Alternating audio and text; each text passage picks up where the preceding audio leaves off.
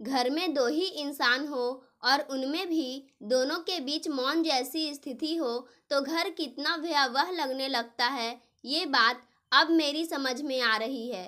पिछले एक सप्ताह से घर में ऐसा ही सन्नाटा पसरा है, मेरे और मेरी बेटी नीसू के बीच। नीसू मुझे जान से प्यारी है, पर मैं उसकी हर जिद तो पूरी नहीं कर सकता ना। उसकी माँ आज जिंदा होती तो शायद हमारे बीच स्थिति कुछ बेहतर होती। मेरी पत्नी को गुजरे 5 साल हो गए, पर आज भी उसकी कमी महसूस होती है, मुझे भी और नीसू को भी। शायद मैं ही नीसू के लिए उसकी माँ की जगह नहीं ले पा रहा था, पर फिर सोचता हूँ कि आखिर ऐसा क्या चाह लिया है नीसू ने, जो मैं उसे देने में इतना सोच रहा हूँ।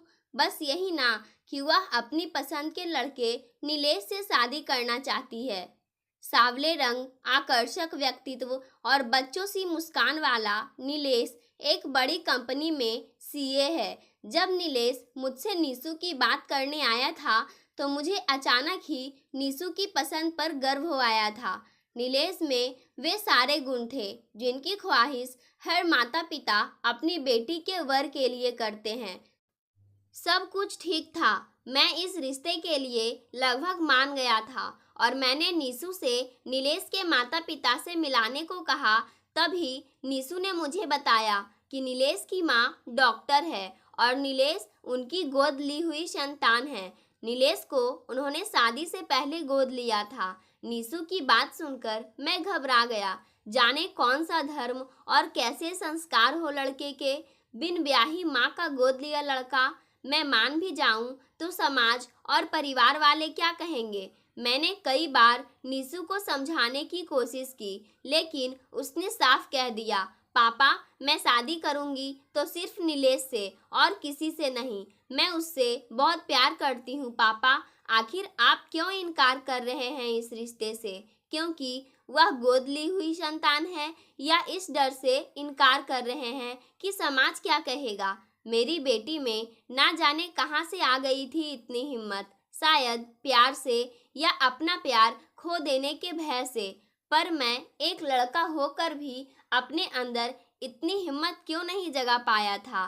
ठीक ही कहती थी कल्याणी, महेश तुम परवाह बहुत करते हो उनकी भी जिनकी नहीं करनी चाहिए। दूसरों का सहारा लेकर तुम खुद को बचाना चाहते हो। जानते हो ऐसे लोगों को क्या कहते हैं? कायर, बुजदिल। उसकी बेबाक बात सुनकर मैं तिलमिलाते हुए कहता था, ऐसा कुछ नहीं है, मैं कायर नहीं हूँ। पर आज मैं स्वीकार कर सकता हूँ कि कल्याणी की वह तिलमिलाहट इसलिए नहीं होती थी कि तुम गलत थी, बल्कि इसलिए क्योंकि मुझमें इतनी भी हिम्मत नहीं थी कि मैं इस सच को स्वीकार कर सकूं। तुम्हें याद है मैंने जिस दिन तुम्हें पहली बार देखा था, कॉलोनी के बच्चों के साथ बारिश की रिमझिम फुहारों में भीगते हुए, शायद उसी दिन से मैं तुमसे प्यार करने लगा था। मैं बस तुम्हें देखे ही जा रहा था। कितना सुंदर लग रही थी तुम। लंबे काले बाल, सफेद सूट, कजरारी काली आंखें और बच्चों सी तुम्हारी खिलखिलाती हंसी। जीवन के 55 वसंत देख लेने के बाद भी आज तक मैं उस दृश्य को एक पल के लिए भी नहीं भूल पाया हूँ कल्याणी। बाद में मुझे पता चला कि तुम लोग मेरे घर के बगल वाले मकान में ही रहने आए हो। तुमने उसी कॉलेज के प्रथम वर्ष में दाखिला लिया था जिसमें मैं पढ़ता था, और हमारा विषय भी एक ही था।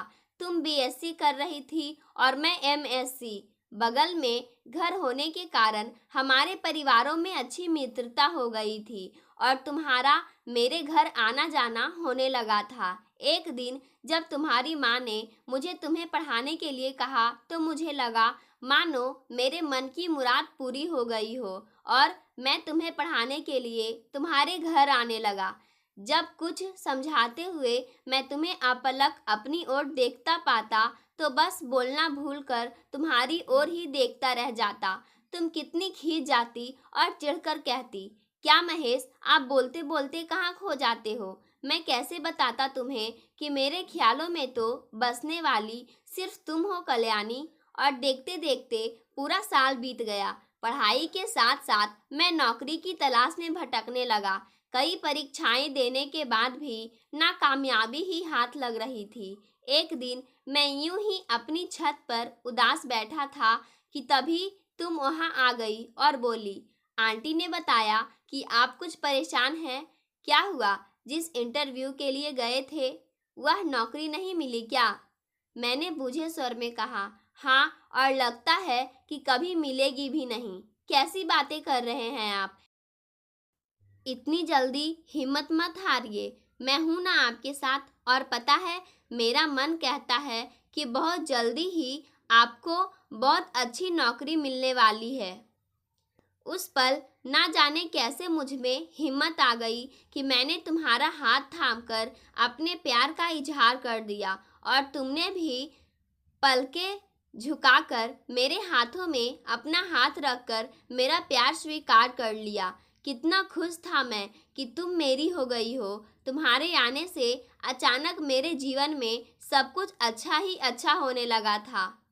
कुछ ही दिनों के बाद मुझे बहुत अच्छी नौकरी भी मिल गई। कितने हसीन दिन थे वे। ना कोई सोच थी, ना कोई चिंता, बस प्यार ही प्यार बिखरा था हमारे आसपास। तुम जैसा सुंदर और समझदार साथी पाकर मैं बहुत खुश था। देखते देखते कब 2 साल बीत गए पता ही ना चला। कितने वादे थे इन 2 सालों के, सब कुछ ठीक ही चल रहा था। फिर अचानक एक दिन जब तुमने मुझे बताया कि घर में तुम्हारी शादी की बात चल रही है और कुछ लोग तुम्हें देखने आने वाले हैं, तो मुझे लगा मानो किसी ने मुझे अचानक सपनों के आकाश से हकीकत के धरातल पर लाकर पटक दिया हो। मैं कांप उठा था जब तुमने मेरे सीने पर सिर रखकर रोते हुए कहा था, महेश, इससे पहले कि मेरी शादी कहीं और तय कर दी जाए, अपना लो मुझे। मैं तुम्हारे बिना जीवन की कल्पना भी नहीं कर सकती। अगर तुम्हें खो दिया तो मैं खुद को भी खो दूंगी। जो करना है अभी करना है, कहीं ऐसा ना हो कि बहुत देर हो जाए। मैंने तुम्हें तो किसी तरह समझा दिया था, पर मैं खुद बहुत डर गया था कि कैसे बात करूंगा पिताजी से। बचपन से ही मैं उनसे बहुत डरता था। कोई बात करता भी तो माँ के बीच में रखकर।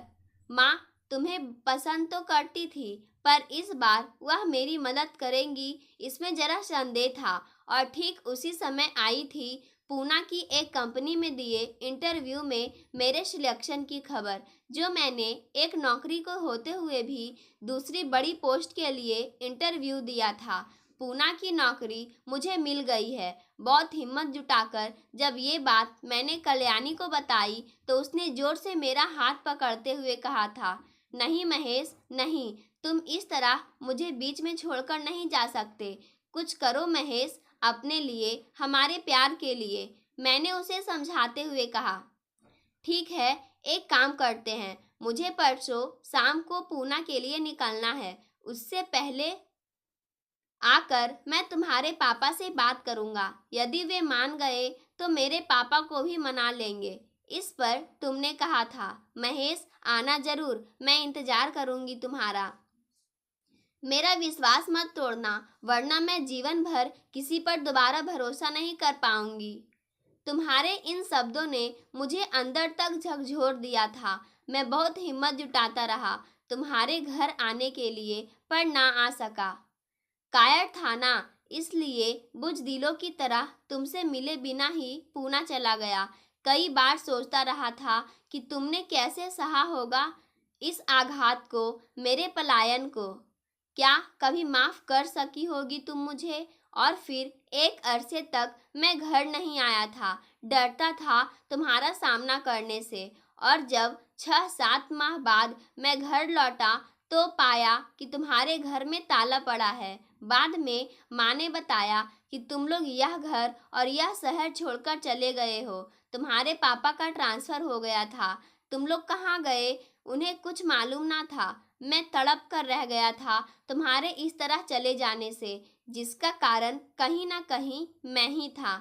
एक दिन मेरे दोस्त मनीष ने मुझसे पूछा था, क्या तुम उसे ढूंढने की कोशिश नहीं करोगे? उसके सवाल पर मैंने नजरें झुका ली थी, क्योंकि मैं जानता था कि तुम्हारे मिल जाने पर भी मैं तुम्हें पाने की हिम्मत नहीं जुटा सकता था। वक्त गुजरा और मेरी शादी हो गई, पर तुम्हारी यादें मेरे मन से ना मिट सकी। हाँ, वक्त की गर्द में उन्हें कुछ धुंधला जरूर कर दिया था। मैं बस सोचता ही रह गया कि काश एक बार तुमसे मिल पाता तो कहता कि कल्याणी, मुझे माफ कर दो। मैं सचमुच कायर था जो कुछ ना कर सका, ना अपने प्यार के लिए, ना तुम्हारे विश्वास के लिए। पर शायद मेरी कायरता की यही सजा थी कि मैं जीवन भर इस पश्चाताप की आग में जलता रहूं और तुम मुझे कभी ना मिलो। अचानक मुझे अपने विचारों को वहीं रोकना पड़ा, क्योंकि नीसू ने आकर कहा कि नीलेश की माँ आई है मुझसे मिलने। मैं बाहर गया तो देखा कि हल्के धानी रंग की साड़ी में लिपटी एक गौरवमयी महिला खड़ी है। मैंने कहा, जी कहिए। मेरी आवाज़ सुनकर वह मेरी ओर मुड़ी। उसे देखते ही मैं चौंक पड़ा। कल्याणी, वह भी मुझे देखकर स्तब्ध थी। महेश, तुम? वह इंसान जिसे मैं बरसों से तलाश रहा था, वह आज अचानक इस तरह मेरे सामने आ खड़ी होगी, मैंने सपने में भी इसकी कल्पना नहीं की थी। मैं अब तक यकीन नहीं कर पा रहा था कि कल्याणी, मेरी अपनी कल्याणी मेरे सामने खड़ी है। कितना कुछ कहना चाहता था उससे, पर ना जुबान साथ दे रही थी, ना मन। मैंने अचरज से कहा, कल्याणी, तुम हो नीलेश की माँ? वह दृढ़ स्वर में बोली, हाँ, मैं ही हूँ नीलेश की माँ। मैंने मुस्कुराने की नाकाम कोशिश करते हुए कहा, लगती तो नहीं हो, बिल्कुल भी नहीं बदली हो तुम, बस ये चश्मा लग गया है। वह ठहरे हुए स्वर में बोली, हाँ, ठीक कहते हो, मैं आज भी वैसी ही हूँ जैसा तुम मुझे छोड़कर भाग गए थे। आज भी उतनी ही हतप्रभ। क्या और कैसे हो गया ये सब? मैंने दबे स्वर में पूछा। माफ नहीं कर सकी ना मुझे आज तक? तुम तो जानती थी ना कि मैं मजबूर था कल्याणी। वह तड़प कर बोली, बिल्कुल ठीक कहते हो। नहीं माफ कर सकी मैं तुम्हें आज तक, और ना शायद कर सकूंगी। तुम्हें कोई हक नहीं था महेश किसी की भावनाओं से खेलने का।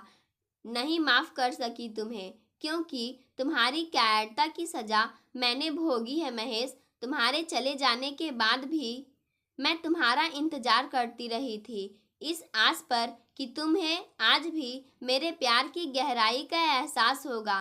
तुम लौट आओगे मेरे पास। वो शहर छोड़ने की आखिरी पल तक मैं तुम्हें तलाशती रही, तुमसे मिलने, तुमसे बात करने की कोशिश करती रही, पर सब व्यर्थ था।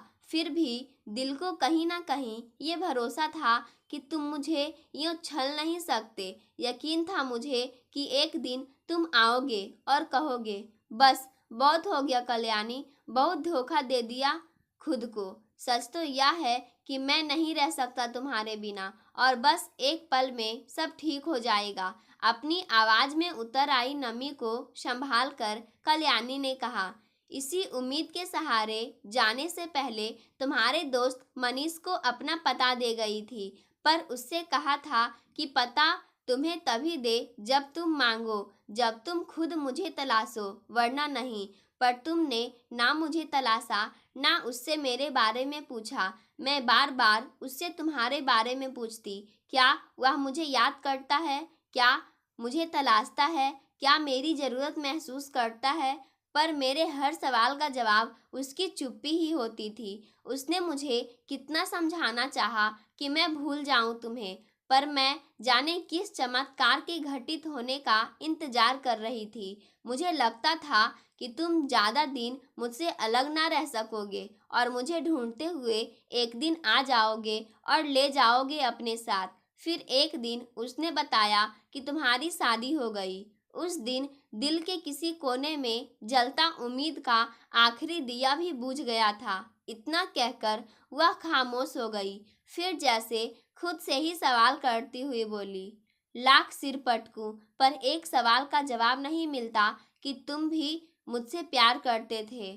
फिर तुम्हारे पलायन की, हमारे अलगाव की वजह क्या थी? क्या कमी थी मुझ में जो इस तरह बीच रास्ते मुझे छोड़कर भाग गए तुम? मैंने सिर झुकाकर कहा, डरता था कल्याणी, डरता था मम्मी पापा के इनकार से, डरता था कि उन्होंने इनकार कर दिया तो मैं तुम्हें खो दूंगा। मेरी बात सुनकर कल्याणी बहुत जोर से हंसी, पर उसकी वह हंसी जैसे मेरे कानों में पिघला शीशा उड़ेल गई थी। वह बोली, तो क्या इसके बाद भी तुम मुझे पा सके महेश? यह क्यों नहीं कहते कि तुम मुझे पाना ही नहीं चाहते थे? तुम्हें कभी प्यार था ही नहीं मुझसे। तुम डरते थे अपने मम्मी पापा के सामने अपनी छवि के धूमिल हो जाने से। मैं ही पागल थी जो उन्मुक्त पवन को अपनी बाहों में थामने की कोशिश कर रही थी। बस यही बात हर पल तड़पाती है मुझे कि तुमने एक बार भी मुझे पाने की कोशिश नहीं की। लड़ने से पहले ही हार मान ली तुमने। मैं तुम्हें माफ नहीं कर सकती। कल्याणी की बात सुन महेश ने बूझे स्वर में कहा, तुम जो चाहे कह सकती हो कल्याणी। आज सारे अधिकार है तुम्हारे पास, पर हर इंसान के जीवन में कुछ ऐसे पल आते हैं जिनमें वह बहुत कमजोर पड़ जाता है, और बस एक पल ऐसा ही था वो जिसमें मैंने तुमसे दूर जाने का निर्णय ले लिया था। यह तो बाद में समझ आया कि उस एक कमजोर पल के निर्णय ने कितनी तबाही मचा दी थी। बस एक पल। तुम्हारे लिए वह एक पल का निर्णय रहा होगा महेश, पर उस एक पल ने मेरा पूरा जीवन तहस नहस करके रख दिया था। तुम्हारे उस एक पल की सजा मैंने अपना जीवन देकर काटी है महेश, पूरा जीवन। कल्याणी ने महेश को लगभग झकझोरते हुए कहा, तुम्हारे साथ जो किया था मैंने, उसकी सजा मुझे भी मिली है कल्याणी। अपने शादीशुदा जीवन में एक पल के लिए भी वह खुशी अनुभव नहीं कर पाया जो मैंने तुम्हारे साथ चाही थी। तुम्हारी कमी को मेरा मन एक पल को भी भुला नहीं पाया था। मैं कायर था। जितना यह सच है उतना सच यह भी है कि मैंने तुमसे बहुत प्यार किया था कल्याणी, और तुमसे किए उस छल के कारण मेरी आत्मा सदा ही मुझे कचोटती रही है। मैंने तुमसे अलग होकर भी एक पल भी सुकून का नहीं पाया कल्याणी। जब तक तुम मेरे साथ मेरे पास थी मैंने तुम्हारी कद्र नहीं की, पर तुम्हारे जाने के बाद समझा कि तुम मेरे जीवन का कितना बड़ा सहारा बन चुकी थी। तुम बिन मैं स्वयं को बहुत असहाय और अधूरा महसूस कर रहा था। ना जाने कितनी बार मैंने ईश्वर से दुआ मांगी कि एक बार, बस एक बार मुझे कल्याणी से मिला दो, फिर मैं उसे कहीं जाने नहीं दूंगा। पर मैं इतना कमजोर इंसान था कि एक बार तुम्हें ढूंढने की हिम्मत भी नहीं जुटा सका। जानता हूँ कि ये सारी बातें मेरे अपराध को या तुम्हारी तकलीफ को किसी तरह कम ना कर सकेंगी, पर फिर भी जो तकलीफ़ें तुमने सही है उसकी तुलना में मेरी तकलीफ़ें कुछ भी नहीं।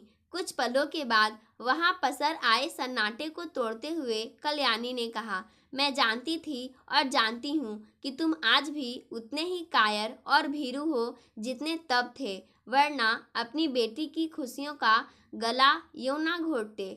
क्यों ऐतराज है तुम्हें इस शादी से? सिर्फ इसलिए ना क्योंकि मैंने उसे गोद लिया है, पर मैं ही हूँ उसकी माँ भी और पिता भी। मैंने तो ऐसे पुरुष भी देखे हैं जो अपनी कायरता को मजबूरी का नाम देने से नहीं चूकते। नीलेश कौन है कल्याणी? महेश ने ठहरे हुए स्वर में पूछा। कुछ पलों की खामोशी के बाद कल्याणी ने कहा, तुम्हारे चले जाने के बाद मैं खुद पर से भरोसा खो चुकी थी और दूसरों पर से भी। तुमसे प्यार करने की, तुम पर विश्वास करने की बहुत बड़ी सजा मिली थी मुझे। अब किसी और पर भरोसा करने की ना तो मुझ में ताकत बची थी और ना ही इच्छा। घर वाले कह कहकर हार गए कि शादी कर लो, पर मेरे मन में किसी भी रिश्ते के प्रति जो नाराजगी और डर की भावना आ गई थी उसने मुझे फिर किसी रिश्ते में बंधने नहीं दिया। फिर मैंने MBBS किया और डॉक्टर बन मरीजों की सेवा को ही अपने जीवन का लक्ष्य बना लिया। नीलेश का जन्म मेरे ही हाथों हुआ था। उसे जन्म देते ही उसकी माँ चल बसी और उसके पिता का पहले ही देहांत हो चुका था। मैं उसकी ममता के बंधन में बंध गई और इसे अपना लिया। बस यही है मेरी और मेरे बेटे नीलेश की कहानी। और रही संस्कारों की बात, तो इतना कह देना काफ़ी होगा कि वह कायर या भीरू नहीं है। उसने जिस लड़की से प्यार किया उसका हाथ मांगने वह खुद आया था उसके पिता के पास। इतना कुछ सुनने के बाद भी महेश के मन से शंका का बीज गया नहीं था। और वह खुश नसीब कौन है जिसके नाम का सिंदूर है तुम्हारी मांग में कल्याणी? उसने हंसकर महेश की ओर देखा और व्यंग्यात्मक स्वर में बोली। तब नीलेश 5 वर्ष का था और मैं अपने जीवन के 32 वसंत पार कर चुकी थी। ठीक ऐसे ही समय आए थे मेरे जीवन में डॉक्टर विवेक, जिन्होंने यंत्र मानवी बन चुके इस शरीर में फिर से नारी सुलभ संवेदनाएं जगाई, मेरे होठों को फिर से मुस्कुराना सिखाया और मशीन बनकर रह गए मेरे हृदय को फिर से नई ताल पर धड़कना सिखाया, जिन्हें मैं हर कमी के साथ स्वीकार थी, जिन्हें मेरा नीलेश स्वीकार था। आज मैं सिर्फ उन्हीं की वजह से सफल हूँ और खुश भी। महेश ने एक लंबी सांस लेकर कहा। और मैं जीवन के उस मोड़ पर जब एक साथी की सबसे ज्यादा जरूरत होती है, उदास और तन्हा खड़ा हूँ। तुम्हें जो दुख दिए मैंने उसकी सजा तो मिलनी ही थी मुझे, पर अब मैं फिर से वही गलती दोहराने की भूल नहीं करूँगा जो मैंने 25 वर्ष पहले की थी। शायद इसी से मेरे पाप का कुछ प्रायश्चित हो सके। इतना कह महेश ने दोनों हाथ जोड़कर कल्याणी से कहा, हो सके तो मुझे माफ कर दो कल्याणी, और मेरी बेटी को अपने बेटे के लिए स्वीकार कर लो। मैं नहीं चाहता कि मेरी गलतियों की सजा मेरी बेटी भी भुगते। उसे स्वीकार कर लो कल्याणी, उसे स्वीकार कर लो। महेश की आंखों से छलक आए आंसुओं का मान रखते हुए कल्याणी ने नीसू को बुलाकर कहा, अपना पापा को संभालो बेटा, ये तो तुम्हारे इस घर से चले जाने के ख्याल से अभी से रोने लगे हैं। इनसे कहो कि कुछ आंसू तुम्हारी विदाई के वक्त के लिए भी बचा कर रखे। कल्याणी की बात सुनकर महेश और नीसू दोनों के चेहरों पर राहत भरी मुस्कान तैर गई।